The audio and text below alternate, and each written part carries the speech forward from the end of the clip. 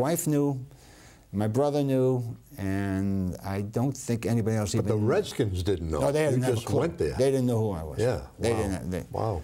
You know, I could have been selling magazines. So they didn't. Yeah. So anyway, finally this guy comes out and he introduced himself as a general manager, and he said, you know, I told him my story. He said, well, you know, we're pretty well filled up right now, but thank you for coming. So I said, you know, sir, I says, and all due respects to you, I said, I came down here on my own from Boston. Yeah. I said, all I'm asking you for is an opportunity. Give me a shot. Give me a shot. Right, exactly. If I don't do it, fine, then send me home. Yeah, yeah. But I'm not leaving, I said, until, I said, I'll leave on one condition. And Lombardi tells me to leave. Yeah, wow.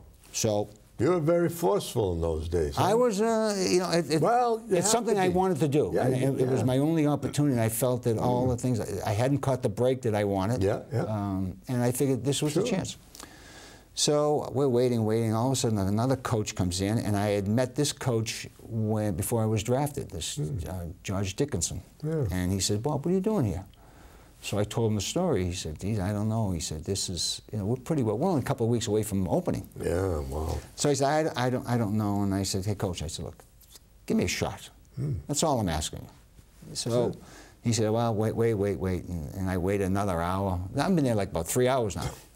Jesus. So finally he comes out and he said, would you want to come over the field and catch a couple of passes and run? I said, sure. Absolutely. So I go over and I put a pair of shorts on and they had Sonny Jurgensen was the quarterback. I remember Sonny. All right. Yeah. NFL, the whole, everything you can, all everything. Yeah. So he's throwing me some passes and I'm catching. I'm doing okay and I'm running. They clocked me in the 40 and he said, okay. He said, so I'm sitting and waiting.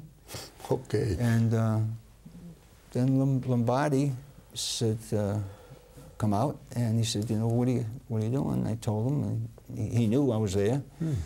He said, you think you can play? And I said, yeah, I can play. So he said, I'm going to give you a shot. Ooh. So they called me in, they signed me to a contract, and there I am. So now I'm in there, and I'll tell you a little side story about Lombardi, because people always like to know what he was like. Oh, yeah, Vince Lombardi. But we go out to practice, and I'm, you know, I don't know any of the plays. They're running offensive plays. And Lombardi was famous for, like, people remember maybe the old Packers. They do. They used to run the power sweep. They did, with Horning exactly, and, Horning and Taylor. Right. Well, they run that thing over and over and over again. So when I was leaning in the huddle, they were calling this power play, and Larry Brown was carrying, and he didn't do it exactly as Lombardi wanted. And he said, run it again, and run it again, and run it again. They ran this thing about 10, 12 times. So Larry Brown gets in the huddle, and he's huffing and puffing. Now. He's gasping for air. Right? And he made a wisecrack, and Lombardi grabbed him by the back of the shirt, and he said, Mr. Brown, he said, as fast as you got here is as fast as you can leave. Now run it again. Wow. And so anyway, I listened to a couple more plays, and he finally turned to me, and he says, Cappadonna, he says, you come here to play, you come here to watch?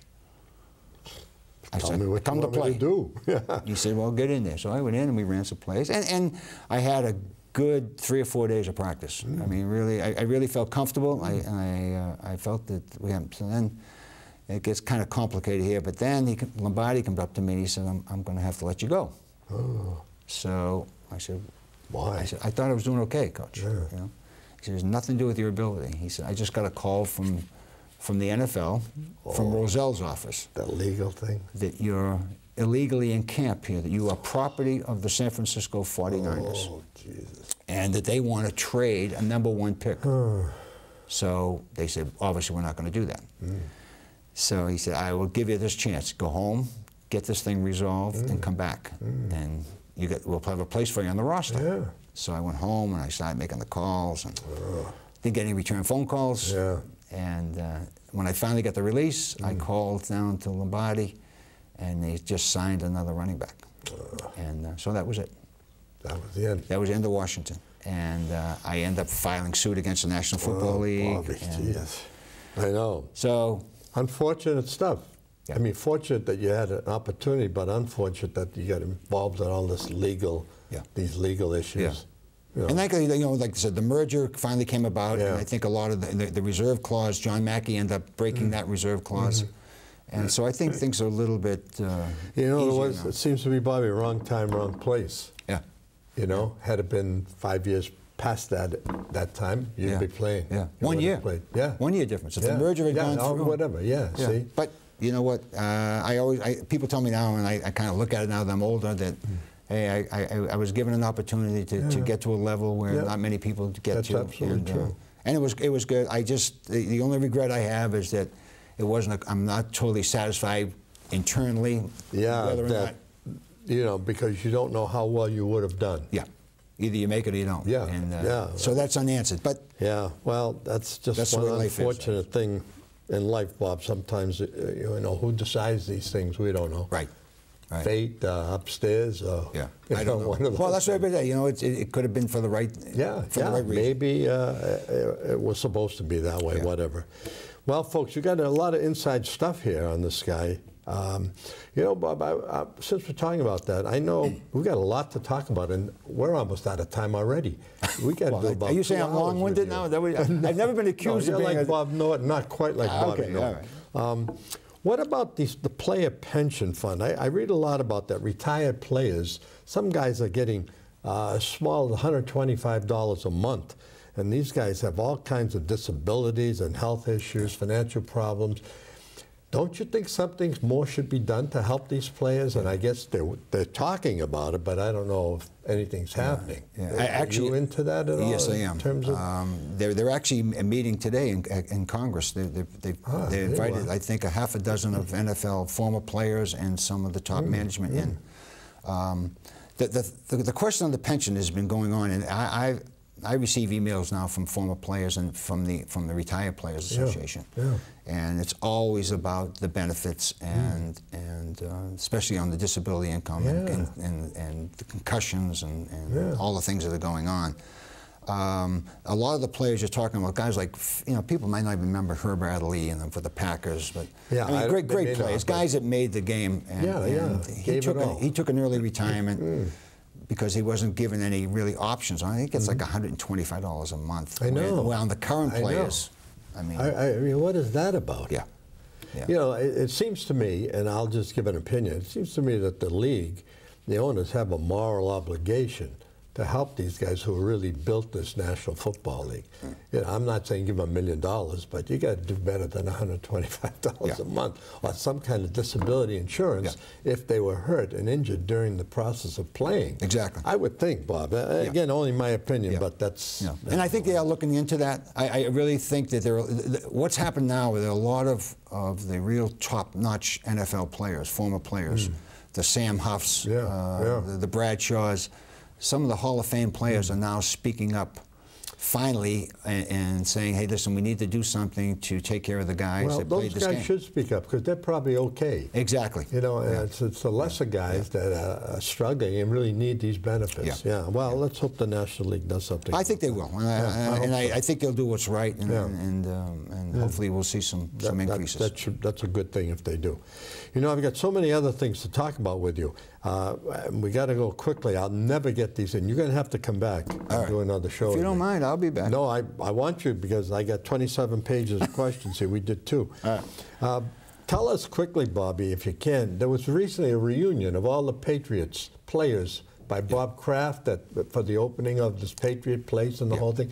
Give us just a quick rundown of how that was. It was a good thing to go to, and you see a lot of people you knew, and blah, blah, blah. Well, I don't know if anybody's had the opportunity to get down to see this new facility. Well, some may have, But if you haven't seen it, take a ride down on it, even if it's not for a game. Just, I mean, what they've done down there, this Patriot Place, is just amazing, magnificent. I mean, it's unbelievable. But anyway, it's the 50th anniversary of the AFL. Right. And they are now, as you notice, they're wearing the old uniforms. Boston Patriots uniforms and the old logo, which I like. I'll go on record saying I like the old logo better. Well, actually, you know, I do too. Okay. To be honest with you, I'm not just saying that because I do like it better. I love the old logo. I do like it. But anyway, Kraft was gracious enough to invite former alumni down, and it was a weekend for homecoming, so there was probably about 50 or 60 former players that came in, and a lot of them I haven't seen in a long time. Good reunion. It was great. And then they took us a tour to Fenway Park where we played our initial games. And we did that tour, and then back to the new facility to see the difference. Pretty nice. Yeah, pretty nice facility at the stadium. I would think. So the whole reunion was good. A lot of fun, a lot of reminiscing with guys. Yeah, it was great. It was great to see a lot of the guys that we haven't seen. And a couple of guys that come up from the South. So I haven't seen that's a wonderful thing. Well, that was a nice thing. I'm glad you enjoyed it. Tell me quickly, what do you think about the Patriots this year? They have a shot at. They have a shot, I think, if Brady's okay. What are your thoughts on the Patriots? You know, obviously, anytime you lose someone like Tom Brady, for sure. And last year was, I mean, last year what Castle did was something I don't think you're going to see many backup quarterbacks come in and do. I know. You just don't see that, but he held that team together and did a great job with them. And for a break here or there, they would have went all the way. But this year, I think Brady is still on a kind of experimental basis himself. I think he's not where he wants to be yet. Oh no, I don't think. He's not. But I'll tell you something. He's a competitor. Yeah. And I mean, I've never met him personally, but talking to players that have, he's down there every day. He works hard. He's got a lot of talent. And I can see the difference in him from game one to today. Absolutely. He's got much more confidence. Absolutely. The team's got more confidence. I like him. I really think that the secondary is stirred up. They sturdied that up a little bit. They did. And offensively, they're starting to play. They got some great receivers. So I think they're going to be in the running. How far they go. My only concern is they've blown out the last two teams they've played. But they were lousy teams, exactly. Bobby. They've got some heavy hitters coming up with Indy and some tough teams. And the Saints coming up. Yeah. So that'll be a good test. I think so. Yeah. Let's take a quick switch. We got about 5 minutes left. Let's talk about Watertown High School football, since that's where you really get your start. As you know, Watertown High football hasn't been winning since, I'm guessing, 1995 or 96. Yeah. But this year, for some reason, they won 5 or 6 games at this point. Yeah. And maybe it's because of the switch, playing independently and then playing some Middlesex League teams. What do you think about that? I think that's a good thing? I think it's a good thing. I think that unfortunately, the high school has an enrollment problem. Small school. They're playing powerhouses that they probably shouldn't have been. Probably even shouldn't have been playing them when we were playing them because of the size. Sure. But we had a lot more enrollment then. Yeah. Right. So I think what's happened now with the Middlesex League, with the big and the small, as you can see, they were 5-0. Which I tell you something. I think it's nice to see. It's nice to see for the football program, but it's for the guys, the kids are out there playing every day. Exactly. As I said, since 1996 or something, they haven't had a winning season. So I think that, they're going to go into the Middlesex League on some of the biggest schools, and they may have a little different outcome, and they may lose a couple of games. But you know what? I think the program is heading in the right direction. It's the beginning. Yeah, exactly. When you see wins, which you haven't seen for a long time, it's a beginning, Bob, whether it's 5, 6, 7, or whatever. Yeah.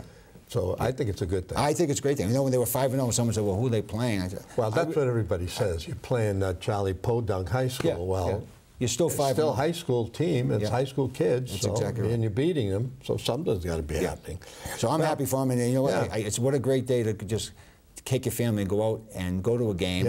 And kind of support them and have a good day, man. Exactly. We hope more folks get out there to support Watertown High football, because in the last few years the crowds haven't been huge. No. So maybe now this will. Well, a couple of W's usually changes. It'll pep things up. Well, Bobby, I'm looking. We got 1 minute left, and I was going to talk to you about all kinds of stuff, but we don't have any more time. Believe it or not, you're such a good speaker.